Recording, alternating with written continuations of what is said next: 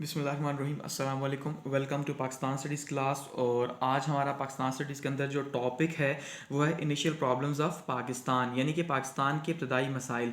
अब देखिए, अब इससे पहले जो हमने डिस्कस किया था वो सारे का सारा क्या था, वो सारी की सारी स्ट्रगल थी या वो पूरी की पूरी पाकिस्तान मूवमेंट थी कि हमने देखा था कि पाकिस्तान बनने तक जो है वो क्या क्या किया गया या कितनी कितनी मुश्किलात फेस की गई या कौन कौन सी मूवमेंट्स चली।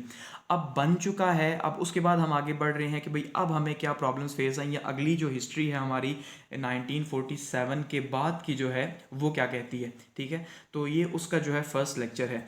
तो चलिए स्टार्ट करते हैं। अब सबसे पहली बात, अब अगर हम ये देखें कि पाकिस्तान के इब्तदाई मसाइल क्या थे, तो हम ये कह सकते हैं कि स्टार्ट में पाकिस्तान को मसाइल ही मसाइल थे, यानी प्रॉब्लम्स ही प्रॉब्लम्स थे हर तरह से। क्यों प्रॉब्लम्स थे या मसाइल क्यों बहुत ज़्यादा थे?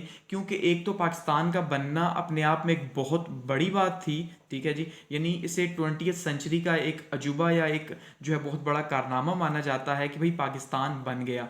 क्योंकि इससे पहले इस तरह की स्ट्रगल में जो है देखने में कभी नहीं आया हिस्ट्री के अंदर कि भाई इस तरह से कोई मुल्क बना हो। हम वैसे भी कहते हैं, आपने सुना होगा कि भाई पाकिस्तान वाहिद मुल्क है दुनिया का जो आइडियोलॉजी की बेस के ऊपर बना। ऐसा ही है, तो इसलिए इसका जो बनना है वो इट्स सेल्फ बहुत बड़ी बात है। तो अब उसको उसके प्रॉब्लम्स तो वो थे ही थे। अब अगर उसमें हम सबसे पहले बात करें तो हमारा क्या मसला था जी? सबसे पहले नंबर पे हमारा प्रॉब्लम था एडमिनिस्ट्रेटिव प्रॉब्लम, यानी कि इंतज़ामी मसाइल ने हमें क्या किया जी? घेर लिया सबसे पहले। अब इंतज़ामी मसाइल ने कैसे घेरा कि देखिए नई नई स्टेट थी और साथ में तकसीम के नतीजे के तौर पे क्या हुआ कि हिंदू मुस्लिम फसादात स्टार्ट हो गए।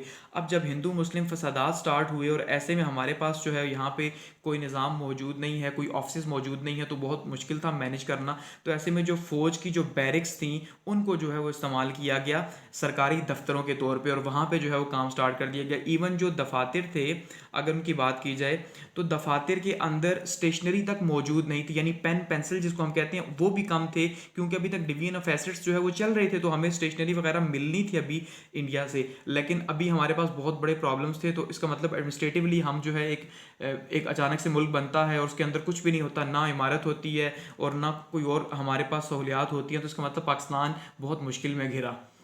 उसके बाद अगर हम देखें डिस्ट्रीब्यूशन ऑफ एसेट्स, यानी कि दूसरा हमारा एक कोर इशू क्या था उस टाइम पे, वो था असासा जात की तकसीम का।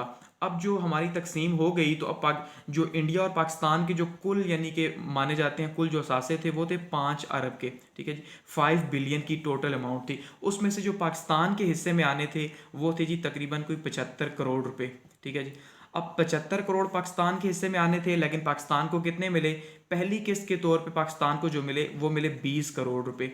अब 20 करोड़ दिए गए, लेकिन बाकी जो है यानी कि बाकी जो थे वो रोक लिए गए। सरदार पटेल ने कहा कि भाई जब तक हम कश्मीर को नहीं मानेंगे, यानी कश्मीर के ऊपर इंडिया का जो है वो कंट्रोल नहीं कबूल करेंगे, तब तक हमें जो है वो नेक्स्ट किस्त नहीं मिल सकती। लेकिन फिर क्या हुआ कि फिर गांधी जो है उन्होंने क्या किया जी? हंगर स्ट्राइक स्टार्ट कर दी इंडिया के अंदर कि भाई आप पाकिस्तान को पैसे दें कि वहाँ पे भी तो अवाम मौजूद है और वहाँ पे वो कैसे मैनेज करेंगे और अवाम क्या खाएंगे पिएंगे।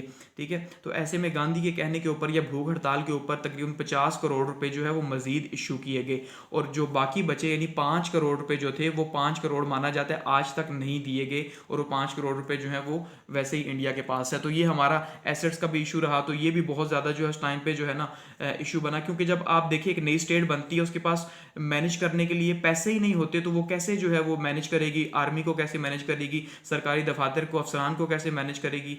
तो पूरे पूरे जो जितना भी प्रोसेस तो सारे के सारा पैसों से जुड़ा हुआ था, तो ये हमारा बहुत बड़ा मसला था। नंबर थर्ड पे हमारा इशू हम देखते हैं जी, वो क्या था जी? वाटर प्रॉब्लम था या वाटर कैनाल प्रॉब्लम था। वाटर प्रॉब्लम क्या था जी? ये पानी का मसला पैदा हुआ 1 अप्रैल को, यानी कि 1 अप्रैल जो थी, 1 अप्रैल को इंडिया ने क्या किया? जो पाकिस्तान को दरिया आ रहे थे उनका पानी बंद कर दिया, यानी कि उनके जो हेडवर्क्स थे, क्योंकि वो इंडिया के अंदर थे, तो वो हेडवर्क्स क्या किए जी? बंद कर दिए। अब हेडवर्क्स बंद किए तो वो टाइम ऐसा था कि आगे फसल का टाइम था। अब अप्रैल है तो अप्रैल में आपको पता है आगे अप्रैल मई में जो है वो फसलें तैयार होती हैं, तो ऐसे में फिर पाकिस्तान को बहुत बड़ा मसला फेस करना पड़ा, और फिर जो है बहुत मुश्किल से पाकिस्तान ने बातचीत करके आर्जी तौर पे पैसे वगैरह दे के तो पानी का जो है मसला वो हल किया। लेकिन फिर इसको मुस्तकिल बुनियादों पे जो है वो 1960 के अंदर जो है इंडस बेसिन ट्रीटी के अंदर, यानी सिंतास जो मुआहदा हुआ था उसके अंदर जो है 1960 में इसको जाके सॉल्व किया गया, वो भी आलमी बैंक के ताउन से। उससे पहले जो है ये मसला इसी तरह से चलता रहा। अब ये मसला था हमारे लिए। उसके बाद अगर हम कहें हमारा क्या मसला था, नंबर 4 पे एक बड़ा मसला कॉन्स्टिट्यूशनल प्रॉब्लम, यानी कि हमारा आइनी मसला था। अब देखिए एक नई स्टेट बनती है तो नई स्टेट के पास ना कोई कानून है ना और कुछ, तो आइन क्या है, जो कानून, वो कानून जो मुल्क चलाने के लिए ज़रूरी हो। तो अब जब आइन ही हमारे पास नहीं है तो आइनी प्रॉब्लम तो पैदा होना ही था। अब जब आइन नहीं था तो ऐसे में हमने क्या किया, जब पाकिस्तान बना था तो एक तो 1947 का जो हमारे पास जो कानून था और दूसरा जो 1935 का जो एक्ट था, ठीक है, इंडियन एक्ट जिसको हम कहते हैं, तो इन एक्ट्स के अंदर जो है कुछ थोड़ी बहुत चेंज करके, वो चेंज जो है यानी थोड़ी सी तब्दीली की और उसके बाद इसको लागू कर दिया गया। लेकिन अब हमारे लिए हमारी असम्बली जो थी उसके लिए खास करके ये इशू था कि भाई अब उसने सबसे पहले जो है वो आइनी मसले को देखना है, तो ये भी हमारा मसला था। उसके बाद एक और बहुत बड़ा मसला वो माइग्रेशंस का मसला था, बहुत ज़्यादा, यानी जो रिफ्यूजीज़ जो है, महाजरीन बहुत बड़ी तादाद में जो है वो जब पाकिस्तान के अंदर आए तो वो एक बहुत बड़ा मसला था। यानी तकरीबन आप कह लें कि 65 लाख के करीब जो है वो महाजरीन पाकिस्तान आए और 55 लाख के करीब यहाँ से गए। अब 55 लाख गए, 65 लाख आए, तो इसके बीच का जो गैप है तकरीबन बनता है 10 लाख का। अब ये 10 लाख लोग नए इस नई स्टेट के अंदर ऐड हुए जहाँ पे ना पैसे हैं, ना एडमिनिस्ट्रेटिव सिस्टम है, जहाँ पे ना कॉन्स्टिट्यूशन है, तो 10 लाख लोग ऐड हुए। तो आप फिर देखें कि पहले मैनेज नहीं हो रहा तो उनको कैसे मैनेज किया जाए, फिर उनको कैंपों में ठहराया गया और बहुत मुश्किल से जो है उनको मैनेज किया गया। ये एक बहुत बड़ा हमारा इशू था।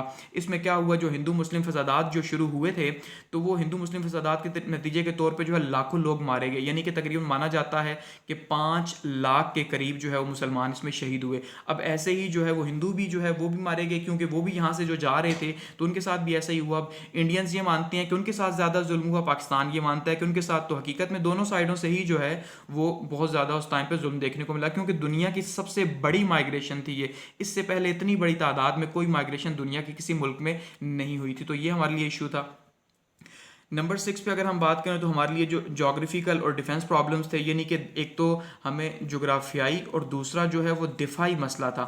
अब दिफाई किस लिए था, एक तो हम जो हमारा जो पाकिस्तान बना था, एक पाकिस्तान यहाँ पे था, ठीक है जी, यानी मशरकी पाकिस्तान हम जिसको कहते हैं, ईस्ट का पाकिस्तान, और दूसरा यहाँ पे था वेस्ट का, ठीक है जी।